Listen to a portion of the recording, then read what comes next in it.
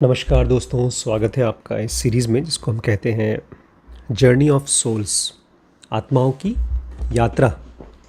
अपने आप में ये शब्द गलत है क्योंकि आत्माएं नहीं होती हैं और आत्माओं की यात्रा भी नहीं होती। जो होता है वो एक माइंड होता है जो 3 लेवल पे होता है। फिज़िकल बॉडी का माइंड अलग होता है, वो फिज़िकल काम कराता है। जब हम सांस लेते हैं तो फिज़िकल बॉडी का माइंड सांस लेवाता है। जब हम खाना खा लेते हैं और खाना पचता है तो उसमें जो दिमाग काम करता है वो बॉडी का दिमाग काम करता है। इसी के साथ हमारे पास एक और माइंड है जिसको हम मॉलिक्यूलर बॉडी कहते हैं, जिसमें विचार चलते हैं।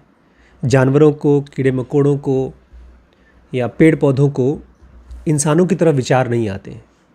वो प्लान नहीं कर सकते, वो किसी के प्रति बदले की भावना उतना स्ट्रांगली नहीं रख सकते, वो इंसानों की तरह दूर तक सोच नहीं सकते। अभी कहते हैं आजकल आर्टिफिशियल इंटेलिजेंस आया है जो सोचने की कोशिश कर रहा है, लेकिन उसके अंदर में भी जगने और सोने की एबिलिटी नहीं है। उसके अंदर में अपना सेल्फ नहीं है।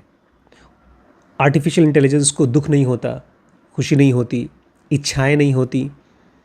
इंसान बाकी जीव जंतुओं से बहुत अलग है और जितने भी स्पिरिचुअल क्लासिक स्क्रिप्चर्स हैं, जैसे भगवत गीता है, कुरान है या बाइबल है, सब जगह पर यही माना जाता है कि हमारे अंदर में एक ऐसी एंटिटी है जो कभी नहीं मरती और उसी को पाने के लिए हमारा मन सोचता रहता है। अब उसको ठीक से पता नहीं है, इसलिए वो भूल कर कुछ और सोचता रहता है। जैसे गरिमा ने कहा, मैं आज दिन भर ओवर थिंकिंग करती रही। अब उसको लगता होगा मैं किसी प्रॉब्लम के बारे में सोच रही हूँ, लेकिन स्क्रिप्चर्स कहती हैं हम वो खोजते हैं जो हमको परमानेंटली शांत कर सके, सुकून दिला सके, और वो है आत्मन। जर्नी ऑफ सोल में माइकल न्यूटन ने कई लोगों को हिप्नोटाइज़ किया, पास्ट में ले गए और पिछले जन्म में जाने के बजाय जन्मों के बीच में ले गए। अब ये सारी की सारी चीज़ें दिमाग के ज़रिए अनुभव की गई बातें। इन्हीं बातों के हिसाब से डॉक्टर माइकल ने लोगों को अलग अलग लेवल ऑफ सोल्स कहा है। कुछ लोग हैं जो शुरुआती सोल्स हैं, जो फिज़िकल वर्ल्ड में जस्ट नए नए आए हैं। उनको सही गलत का बहुत आभास नहीं है। उनका ज़मीर, कॉन्शियंस ज़मीर बहुत जगा हुआ नहीं है। जब वो चोरी करते हैं, किसी के साथ गलत करते हैं, तो उनको बहुत एहसास नहीं होता कि गलत हो रहा है, इसलिए गलत कर जाते हैं। लेकिन इस दुनिया में जो भी एक्टिविटी हम करते हैं वो ऐसा है जैसे कि एक बहुत बड़े से मशीन का हिस्सा है। अगर मैंने मशीन में एक पार्ट हिलाया तो पूरी मशीन पर उसका असर पड़ेगा और वो पूरी मशीन उस एक पार्ट को ठीक करने की पीछे पड़ जाएगी। जैसे मान लीजिए हम लोग इस घर में बैठे हैं और एसी चल रहा है और अचानक से एसी बंद हो गया किसी वजह से।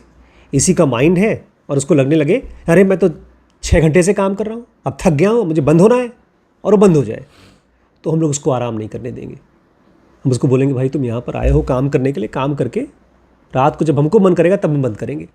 ऐसे ही हमारा माइंड, हमारी बीइंग जब तक फिज़िकल बॉडी में है एक बहुत बड़े से पुर्जे का हिस्सा है, और उसमें जैसे ही हम कोई वो एक्टिविटी करते हैं जो गलत है तो वो पुर्जा, बड़ा सा मशीन, उसको ठीक करने की कोशिश करता है। इसी को बोलते हैं लॉ ऑफ कर्मा, कर्म के सिद्धांत। मुझे नहीं पता कि मैं कुछ गलत कर रहा हूँ, लेकिन अगर मुझसे कुछ गलत हुआ तो मुझे उसका ज्ञान, उसका आभास दिलाया जाएगा।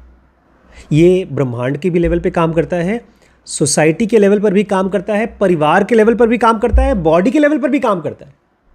अगर मेरा गुर्दा ठीक से काम नहीं कर रहा है तो ब्लड टेस्ट में मालूम पड़ जाएगा। हार्ट कमज़ोर हो गया तो सांस फूलेगी, पेट खराब हो गया तो दस्त आएगी। ऐसे ही बॉडी में अलग अलग लेवल पे खराबी पता चल जाती है और उसको ठीक करने की एक सिस्टम कोशिश करता है। कुछ लोग हैं जो शुरुआती सोल्स हैं, उन बेचारों को गलत सही का बिल्कुल आभास नहीं है। कुछ लोग हैं जो कई जन्म लेकर के अब इंटरमीडिएट सोल हो गए हैं। उसी में से एक इंटरमीडिएट सोल है मिस्टर नैंथम, और उनकी कहानी तो बड़ी इंटरेस्टिंग है। वो पिछले 15-20 जन्मों से अकेले रहते थे। किसी के साथ में उनकी कोई दोस्ती नहीं, कोई शादी नहीं, कोई कुछ नहीं। एक वैगाबाउंड की तरह, एक साधु की तरह, बल्कि साधु भी नहीं कहेंगे, एक फ़कीर की तरह, एक बंजारी की तरह घोड़े पर बैठते थे और कहीं कहीं घूमते रहते थे कई जन्मों से। लेकिन इस जन्म में वो एक शरीर नहीं, 2 शरीर लेकर पैदा हुए, एक साथ 2 शरीर। ये उनको वैसे नहीं पता, लेकिन जब वो हिप्नोटाइज हुए तब उनको ये चीज़ दिखा कि मैं यूएस में हूँ नैंथम की तरह, और दूसरा जन्म कहाँ पर है, कनाडा में। और वहाँ पर करते क्या हैं वो एक औरत है और अपने छोटे भाई की देखभाल करते हैं। और कमाई कैसे होती है, बेकरी है, वो ब्रेड बनाते हैं। और उनके भाई की देखभाल क्यों करनी पड़ती है, उनका भाई खुद की देखभाल क्यों नहीं कर पाता? उसका पूरा आधे से ज़्यादा चेहरा जल गया है और हाथ भी जल गया है। और लास्ट में हमने पढ़ा था, वो बोलते हैं सबसे ज़्यादा मुश्किल क्या है, किसी की देखभाल करना मुश्किल है या देखभाल करवाना मुश्किल है? बोलते हैं देखभाल करना ज़्यादा मुश्किल है। करवाना आसान है, देखने में लगेगा अरे बेचारा बीमार है, तो वो ज़्यादा मुश्किल झेल रहा है। लेकिन जब कोई किसी की देखभाल करता है तो उसको उसकी देखभाल भी करनी है और अपने माइंड को भी मैनेज करना है, क्योंकि जब गुस्सा आ रहा है, फ्रस्ट्रेशन आ रहा है, नॉर्मल माइंड क्या कहेगा, हटाओ, ये आदमी बदतमीजी कर रहा है, काट के फेंको मेरी ज़िंदगी में से। बहुत से लोग करते भी हैं। अगर एक औरत का गर्भ में बच्चा आ जाए और उसको नहीं पसंद है, उसको फेंक देगी बच्चे को, किसी को दे देगी। लेकिन यहाँ पर वो बेचारे वो वाली ज़िंदगी में कनाडा में एक भाई की देखभाल कर रहे हैं। आगे पढ़ते हैं। डॉक्टर माइकल बोलते हैं जो बिली की ज़िंदगी है, जो उनका छोटा भाई है, उसकी ज़िंदगी एक एक्सट्रीम एग्जाम्पल है। इस तरह की चीज़ें सबके साथ नहीं होती हैं। लेकिन एक बात तो बहुत साफ़ है कि जो भी इंसान धरती पे आता है उसको 2 टॉर्चर झेलने पड़ते हैं। कौन कौन से 2 टॉर्चर? हर रोज़ हम लोग रोज़ इसको झेलते हैं, हर कोई 2 टॉर्चर हम सब झेलते हैं रोज़। एक फिज़िकल, शारीरिक, जब भूख लगती है, बीमारी आती है, गर्मी लगती है, सर्दी लगती है, चोट लगती है, तो वो शारीरिक टॉर्चर है। और जब सब कुछ ठीक ठाक है, परफेक्ट है, पेट भी भरा हुआ है, सर पे छत भी है, कपड़ा भी है, सब कुछ ठीक ठाक है, तब होता है इमोशनल टॉर्चर। ये तो मैंने तुमसे उम्मीद नहीं की थी। तो जो भी धरती पर आएगा उसको फिजिकल टॉर्चर झेलना पड़ेगा और इमोशनल टॉर्चर। किसी के बारे में जानते हैं जिसने तकलीफ़ झेला हो जैसे हम लोग झेलते हैं रोज़, लेकिन उसके बाद उसने डिसाइड किया कि मुझे अब ये नहीं चाहिए, अब मैं चाहता हूँ मेरी ज़िंदगी में से कोई तकलीफ़ ना रहे हमेशा हमेशा के लिए। किसी को जानते हैं ऐसे इंसान को?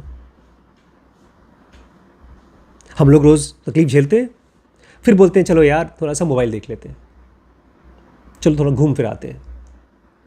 लेकिन वो आदमी था, तकलीफ़ झेला, बोला अरे ये क्या है यार, तकलीफ़ क्यों है, मुझे नहीं चाहिए तकलीफ़। जानते हैं किसी के बारे में? उसके बाद वो पीछे पड़ गया कि चाहे पूरी ज़िंदगी भर मैं इस तकलीफ़ के अंत को खोजता रहूं, लेकिन मैं खोजूंगा। गौतम बुद्ध कोई विरले नहीं थे, वो थे सेंसिटिव, वो थे समझदार। हम सबके अंदर में जो तकलीफ़ होती है, अगर हम उसको एड्रेस नहीं करते हैं और ओवरकम नहीं करते हैं, एड्रेस करने का मतलब उसको पहचानना, लेकिन इस तरह से नहीं कि मुझे दर्द है, तकलीफ़ हो, तो सब जानते हैं। एड्रेस करने का मतलब है कि मेरी तकलीफ़ का कारण मेरे ही अंदर है। हम लोगों को, नॉर्मल आदमी को लगता है मैं इसलिए परेशान हूँ क्योंकि मेरे माँ बाप ने मेरे साथ गलत किया, या समाज ने मेरे साथ गलत किया, या पॉलिटिकल पार्टीज़, नेता ठीक से नौकरी नहीं बना रहे हैं, रोड ख़राब है, बिजली ख़राब है, गरीबी है। नहीं, सेंसिटिव आदमी कहता है कि ठीक है, एक साधु अगर अपने अंदर में समाधि में जा सकता है, इसका मतलब मेरी प्रॉब्लम का सॉल्यूशन और मेरी प्रॉब्लम का कारण दोनों मेरे अंदर है। और जब तक हम अपने दर्द को अंदर से ओवरकम नहीं कर लेंगे, तब तक हम अपने ट्रू सेल्फ के साथ में कनेक्ट नहीं कर सकते। इसको समझिए थोड़ा सा। मैंने कहा अभी आज की वीडियो की शुरुआत में कि हमारे अंदर में एक ऐसी एंटिटी है जो कभी मरती नहीं है, ये तो मैंने कहा। इसके साथ साथ कुछ और क्वालिटीज़ भी है। उसको भूख नहीं लगती, उसको जगना और सोना नहीं होता, उसको कभी दर्द नहीं होता। कृष्ण कहते हैं उसको आग नहीं जला सकता, तलवार नहीं काट सकता। इस तरह की एक एंटिटी है, और उससे कनेक्ट करने के लिए आपको सबसे पहले अपने अंदर की तकलीफ़ को एड्रेस करना होगा कि बॉस ये है, मेरे अंदर में है, और उसको ओवरकम करना होगा। इसको बाईपास नहीं कर सकते आप चीख करके, रो करके, दुखी होकर के अपने अंदर के आत्मन को पहुंच नहीं सकते। हाँ, दुख को एड्रेस करके उसके साथ रहकर, कहते हैं सीता ने क्या क्या किया था जब राम से मिलने गई रावण के बाद? अग्नि परीक्षा दी थी, अग्नि परीक्षा दी थी, तो वो आपको भी देना पड़ेगा। बचपन में लगता था मुझे गलत है, बेचारी वहां पर भी झेली और यहां पर भी उनको परीक्षा देना पड़ा। नहीं, वो अपने अंदर की परीक्षा दे रही थी। अब मैं एक चीज़ बताना चाहता हूँ, कल गरिमा यहाँ पर थी तो बहुत परेशान थी, दुखी थी, बल्कि उसकी आंखों से आंसू आ गया था। जितना इंपॉर्टेंट आपके लिए ऑफिस का काम होता है, उतना ही इंपॉर्टेंट आपके लिए दुख होता है, तकलीफ होती है। या तो उस दुख तकलीफ के ज़रिए आप अपने अंदर जा सकते हैं उसको ऑब्जर्व करके, और या तो बोल सकते हैं अरे ले आओ यार, एक पैग ले आओ। और आजकल का पैग आसान है, मोबाइल खोल लो। और एक बहुत इंपॉर्टेंट चीज़ बोलते हैं, जितना बचपन में आपने तकलीफ झेली है उतनी ही आपकी चेतना बढ़ सकती है, एक्सपैंड हो सकती है। मैंने कल गरिमा को बताया नहीं वैसे पता होगा इसको, 3 बार घर छोड़ के भागने की कोशिश किया हूँ, 3 बार सुसाइड करने की कोशिश किया हूँ। लेकिन मैं कोई बोस्ट नहीं कर रहा हूँ, उसी की वजह से मेरी कॉन्शियसनेस ज़्यादा एक्सपैंड हुई है। आज जो मैं इतनी किताबें पढ़ पाता हूँ, उनको समझ भी पाता हूँ, वो उन्हीं तकलीफ़ों की वजह से। आज एक बच्ची मुझसे बात कर रही थी, बोलती है बहुत दुखी हूँ सर, मैं एक ऑफिस में काम करती हूँ और मेरे सर जो मेरे बॉस हैं वो मेरे ऊपर लाइन मारते हैं, जबकि वो शादीशुदा हैं। मैंने उनसे छुट्टी मांगी तो मना कर दिया, छुट्टी नहीं मिलेगी। फिर मैंने कहा, फिर बोलते हैं जाओ छुट्टी चाहिए तो हेड ऑफिस में से छुट्टी लेकर आओ, और वहाँ पर फ़ोन करके मना कर दिया। मैं वापस आई, मैंने उनको लड़ाई की, झगड़ा किया। अब मैं जाऊँगी अपने घर वालों से बोलूँगी उनके खिलाफ़ एक्शन लिया जाए, उनकी नौकरी खा जाऊँगी मैं। मैंने कहा छुट्टी चाहिए थी तेरे को, बोलती हाँ। मैंने कहा मेडिकल लगा लेती, बोलती अरे सर तो सोचा ही नहीं मैंने। क्यों? क्योंकि अभी तक उसकी चेतना क्या नहीं हुई, विचार नहीं आया उसको। विचार आने के लिए भी कॉन्शियसनेस का एक्सपेंशन होना चाहिए। चेतना जो है ना, वो एक मैदान की तरह है। जैसे जंगल में पेड़ पौधे होते हैं, उसको काट दो तो मैदान हो जाता है। ऐसे ही आपकी कॉन्शियसनेस में अचानक से जब मैं किताब पढ़ता हूँ तो एक्सपैंड हो जाता है, उसमें नए नए विचार आते हैं, नए नए आइडियाज़ आते हैं। जितना ज़्यादा टॉर्चर आप यंग एज में झेलते हैं और एस्केप नहीं करते हैं, उतनी ही आपकी चेतना क्या करती है, फैलती है, एक्सपैंड करती है। ये बहुत एडवांस्ड सोल है, इनफैक्ट इंटरमीडिएट सोल है। बोलते हैं मैंने अपने मास्टर से उस दुनिया में ये डील किया था कि यहाँ आऊँगा, 2 लाइफ जीऊँगा, एक अमेरिका में और एक कनाडा में। वहाँ पर एक बीमार भाई की देखभाल करूँगा और यहाँ पर ये नौकरी कर रहा हूँ। और ये दोनों किस लिए? ये मेरी लैब है, यहाँ से मुझे ज्ञान चाहिए। क्यों? ताकि मैं जब एक आदमी की देखभाल कर सकूँ तो उस ज्ञान के ज़रिए मैं और क्या करूँ, और लोगों की देखभाल कर सकूँ। जब लास्ट में आज उस बच्ची से बात हो रही थी तो पहले कंप्लेंट कर रही थी कि सर हम आपको परसों से बात करने की कोशिश कर रहे थे, इमरजेंसी थी मेरी। मैंने कहा कौन सी इमरजेंसी थी? तो यही बॉस वाली बात थी। मैंने कहा इमरजेंसी हो गई थी? हाँ। फिर जब बात हो गई, अरे सर अब अच्छा लग रहा है। मैं सोच रहा था उसको ये विचार भी नहीं आया कि मैं मेडिकल लगा सकती हूँ। क्यों नहीं ये विचार आया? क्योंकि हमको सिचुएशंस के बारे में, परिस्थितियों के बारे में लगता है ये मुझे एंजॉय कराने आई है, ये मुझे एंजॉय नहीं करा रहा है, ये तो मेरा अधिकार है, क्यों नहीं मिल रहा? लेकिन हर एक परिस्थिति आती किस लिए है? धरती पे हम किस लिए आते हैं? केवल ज्ञान के लिए, ज्ञान के जरिए फ्री होने के लिए। आपको पता है आइडिस कौन है? आइडिस इनके गुरु हैं, मेंटर हैं। तो बोलते हैं आपने अपने गुरु से उस दुनिया में कुछ पूछा था कि मैं 2 लाइफ एक साथ जीऊँ? तो उन्होंने हाँ कहा, मना किया, क्या उनसे डिस्कस किया था? बोलते वो तो बोलती हैं अगर एक आदमी एक साथ 2 या 3 ज़िंदगी जीना चाहता है और फटाफट ज्ञान चाहता है तो अच्छी बात है। बोलते मैंने उनसे डिस्कस भी नहीं किया इसके बारे में, ज़रूरत ही नहीं है। बोलती हैं एक साथ जी लो, जितना जल्दी से जल्दी फ्री हो सको, जितना नॉलेज ले सको ले लो। बोलते हैं इस वाले 2 ज़िंदगी जीने के लिए मैंने उनसे पूछा नहीं था। एक बार मैं अपने पिछले वाली कंपनी में, हमारे बॉस थे, तो उनसे मैंने पूछा सर एक ही प्रोजेक्ट है, इसके ऊपर मैं काम करूं? बोलते अगर तुम मुझसे पूछोगे तो मैं मना कर दूंगा, क्योंकि इसमें कुछ पैसा इन्वॉल्व है, टाइम तुम्हारा वेस्ट हो सकता है। मैंने कहा तो आप मना कर रहे हैं कि नहीं मना कर रहे हैं सर? बोलते हैं अगर करना है तो मुझसे पूछ कर मत करो। मैं समझ नहीं पाया क्या बोल रहे हैं। मैंने उनसे साफ साफ पूछा, सर साफ साफ बताइए, ऐसा जब कभी भविष्य में आए तो मैं क्या करूं कि ना करूं? तो उन्होंने एक अंग्रेजी का सेंटेंस कहा था, इट इज़ बेटर टू से सॉरी, सुना है, दैन टू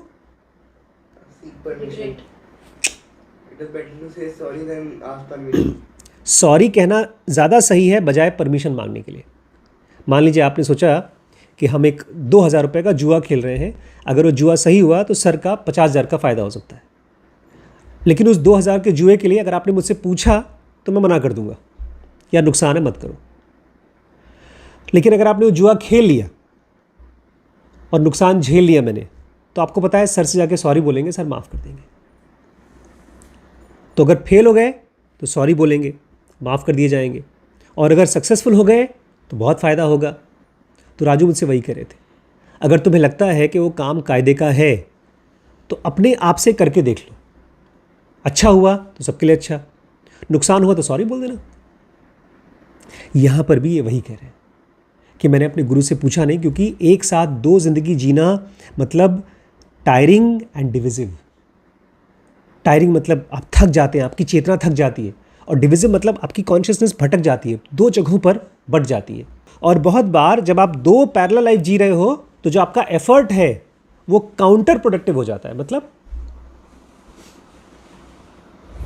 हाँ श्रीश, काउंटर प्रोडक्टिव मतलब प्रोडक्टिव होने की वजह उसका उल्टा हो जा रहा है, नहीं हो रहा है, अनप्रोडक्टिव हो जा रहे हैं। हम सोचते हैं दो काम एक साथ कर लें, तो बजाय दोनों के क्या होता है, एक भी नहीं हो रहा है।